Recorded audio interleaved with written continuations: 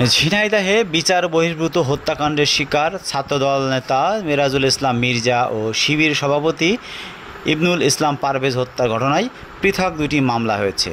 বৃহস্পতিবার ঝিনাইদহের একটি আদালতে সাবেক এক পুলিশ সুপার সহ 11 জন পুলিশ কর্মকর্তার বিরুদ্ধে পৃথক দুটি মামলা দায়ের করেন নিহতের স্বজনেরা।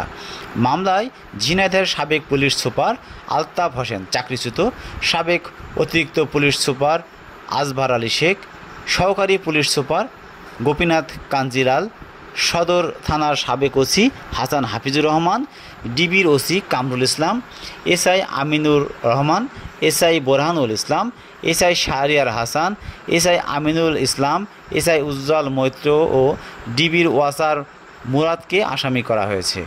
এছাড়াও ঝিনাইদহ জেলা আওয়ামী লীগের সাধারণ সম্পাদক সাইদুল করিম মিন্টু সহ দলের 17 জন শীর্ষ নেতাকে পারভেজ হত্যা মামলায় আসামি করেছেন। ঝিনাইদহ সিনিয়র জুডিশিয়াল ম্যাজিস্ট্রেট আদালতের বিচারক মামলা দুটি এজাহার হিসেবে গ্রহণ করতে ঝিনাইদহ সদর থানাকে নির্দেশ দিয়েছেন। বিচার বহির্ভূত হত্যাকাণ্ডের শিকার যুবদল নেতা মিরাজুল ইসলাম মির্জাকে 2015 সালের 18 মার্চ ঝিনাইদহ শহরের একটি ছাত্রাবাস থেকে পুলিশ তুলে নিয়ে যায়।